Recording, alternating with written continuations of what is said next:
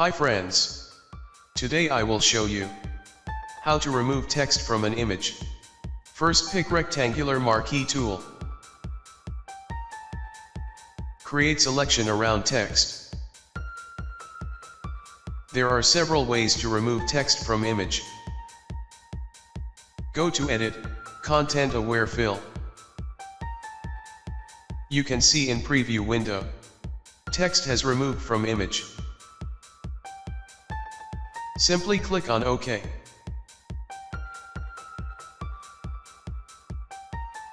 Press Ctrl+D to deselect. Text is embedded into an image as pixels. So you need to reconstruct the area covered by the letters. So, text has been removed from image.